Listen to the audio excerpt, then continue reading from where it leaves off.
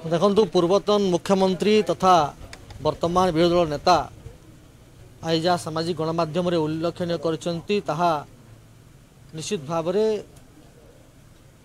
एक समस्त भितर एक क्या आम कौन कहवा एक हास्यास्पद कथा बोली मुझे कहबी जे ओडिशा प्रगति पथर आग को बढ़ुची 2025-26 समय रे आपण देखिथिबे जे आमे 1,90,000 2,90,000 कोटी टंकार बजेट करथिले एबे 17,400 कोटी टंकार अतिरिक्त बजेट करूछु एवं पाखापाखि 3 लाख कोटी टंकार बजेट जो आमे ओडिशा पाई जो सरकार प्रस्तुत करिछि एहा निजे ही ओडिशार प्रगति को सूचौछि 3 लाख कोटी टंकार बजेट हेबा और साधारण कथा नुहे तो ओडिशा प्रगति पथरे आगे चलुची आम सरकार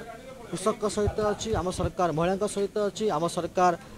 गरीब लोकंकर हिताधिकारी योजना सब काम करुच्ची आम सरकार आपड़ देखिथिबे जे युवक मानक पई काम करुच्ची प्रत्येक वर्ग मानक पई आम सरकार काम करुच्ची एवं आमर बजेट जते बेले आम बजेट आनिथिलु आम बजेट सेते बेलुठु महिलांकर प्रति शिशु मानकर प्रति आपड़ देखिथिबे कृषक मानक पई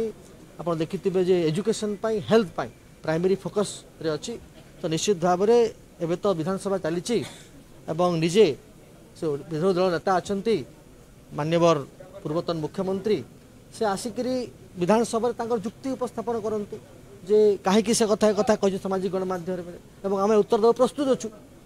एवं सामाजिक गणमाध्यम लिखिकरी लोकन को मिछ कथा कहि भुआ बुलेइले लोक जानी सारे विधानसभा कथा आसिक कथा रखु आम उत्तर देवा प्रस्तुत अच्छु आम एथर 17,400 कोटी टका अतिरिक्त बजेट करुचु और निश्चित भाव में 17,400 कोटी टकर बजेट लोकं को सुहाइब और प्रगति पथरे ओडिशा को आहरी आग को नेब जो आम स्वप्न अच्छी विकसित ओडिशा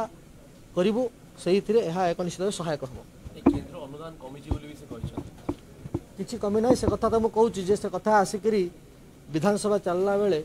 तार कथा रखु आम तार उत्तर देवा प्रस्तुत अच्छु।